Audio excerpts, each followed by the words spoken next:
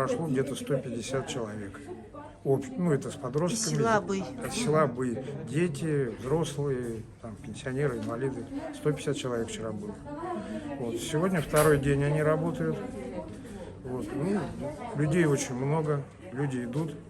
Если что, мы, которые малоподвижные, мы привозим их самостоятельно, администрация нам помогает, привозим на машине сюда, либо докторов везем на дом.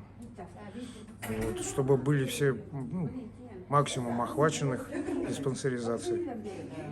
Вот, приехало 12 специалистов по разным профилям, активно ведут прием. Вот, потом после их осмотров, на основе их записи я уже буду делать выводы, какие препараты диспансерным заказывать новые, что там изменили они, доктора. Вот, что, может быть, там стационар свой положу, да, там по рекомендациям узких специалистов.